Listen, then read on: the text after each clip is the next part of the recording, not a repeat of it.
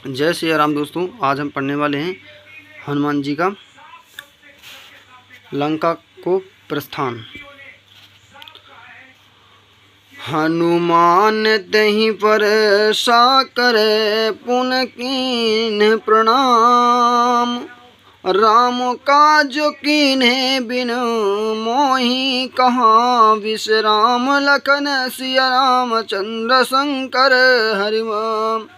हनुमान जी ने हाथ से छूकर उसको प्रणाम किया और बोले, हे भाई, श्री रामचंद्र जी का कार्य किए बिना मुझे विश्राम कहाँ है। जात पवन सुत देवहि देखा, जौनो कहूँ बल बुद्धि विशेषा। असुर सनाम अहिन कै माता, अपठाइन आय कीन तहि बाता। हनुमान जी को जाते हुए देवताओं ने देखा। उनके विशेष बल व बुद्धि को जानने के लिए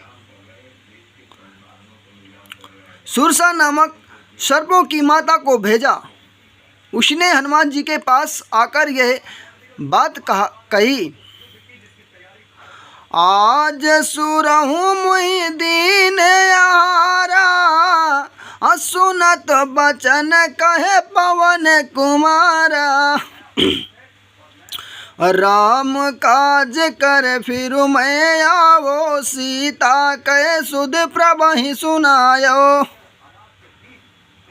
आज तो देवताओं ने मुझे अच्छा भोजन दिया है। ये सुन हनुमान जी बोले, श्री राम जी का कार्य करके मैं लौट आऊं और सीता जी की खबर रामचंद्र जी को सुना दूं।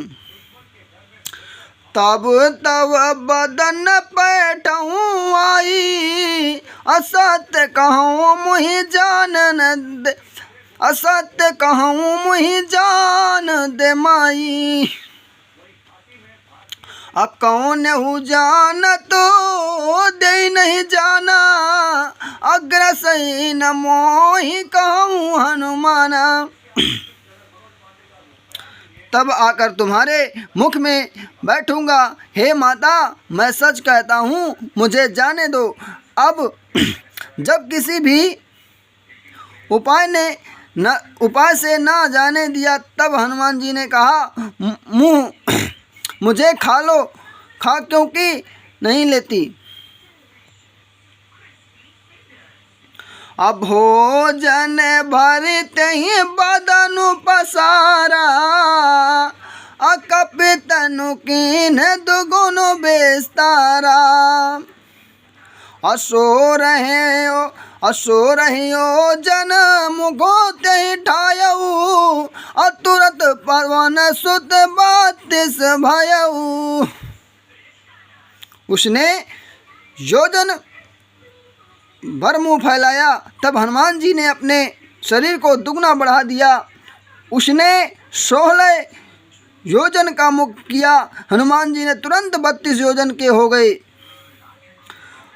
जसु जस सुरसा बदन बढ़ावा, तसुदुन कपि रूप दिखावा। असत योजन तहि आनन कीन्हा, अति लग रूप पवन सतुलिन्हा। नेक्स्ट पे जाता दोस्तों। अब यहाँ सुनते हैं। सुरसा ने जितना बदन बढ़ाया, उसने दुगना रूप हनुमान जी ने दिखाया। जब सुरसा ने 100 योजन का मुख किया, तब हनुमान जी ने बहुत छोटा सा रूप धारण कर लिया।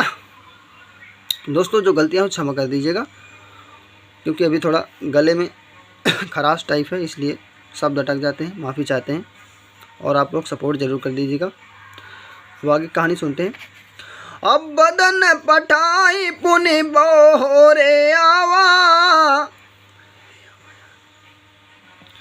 अब मांगा विदाता ही सिरुनावा। अब मोहि सुनहे जही लाग पठावा, अब बुद्धि बल मरम तो मैं पावा।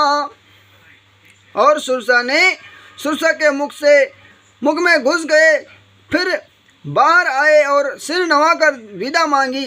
तब सुरसा बोली, मुझे देवताओं ने जिस लिए भेजा था सो मैंने तुम्हारी बुद्धि और बल का भेद जान लिया। राम काज सब करहूं तुम बल बुद्धि निधान। आशीष दे गई सो हर्ष चलो हनुमान लखन सिया रामचंद्र शंकर हरिमा। तुम बड़े बलवान और बुद्धिमान हो, श्री रामचंद्र जी के का सब कार्य करोगे, ये आशीर्वाद देकर वे चली गई। तब हनुमान जी प्रसन्न होकर चले।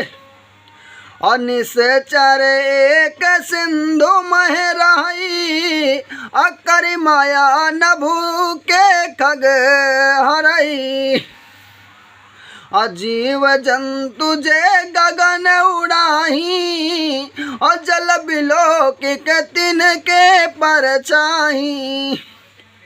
समुद्र में एक राक्षसी रहती थी। वह माया करके आकाश में उड़ते हुए पक्षियों को पकड़ लेती थी। जो जीव वो जंतु आकाश में उड़ते थे, उनकी परछाई जल में देखकर अगहाई छोड़ सक सो न उड़ाई। और यही विदु सदा गगन चरखाई। असोए चलो हनुमान कहे कीन्हा, अतासु कपटु कपितुर तू चिन्हा। वह छाया को पकड़ लेती थी जिससे वे उड़ नहीं सकते थे। ऐसे वे सदैव नवचर को खाया करती थी। उसने यही कपट हनुमान जी से भी किया, जिससे हनुमान जी ने तुरंत पहचान लिया। अताही मार मारुत सुत बीरा, अब बारिद पार गए वो मत धीरा। अतहाँ जाई देखी बन शोभा, गुंजत चंचारिक मधुर लोभा। और उसने मारकर पवन कुमार मदधीर महावीर जी समुद्र पार जा पहुँचे। वहाँ जाकर वन की शोभा देखी, जहाँ सारद शहद के लोभ से भरे गुंजार कर रहे हैं।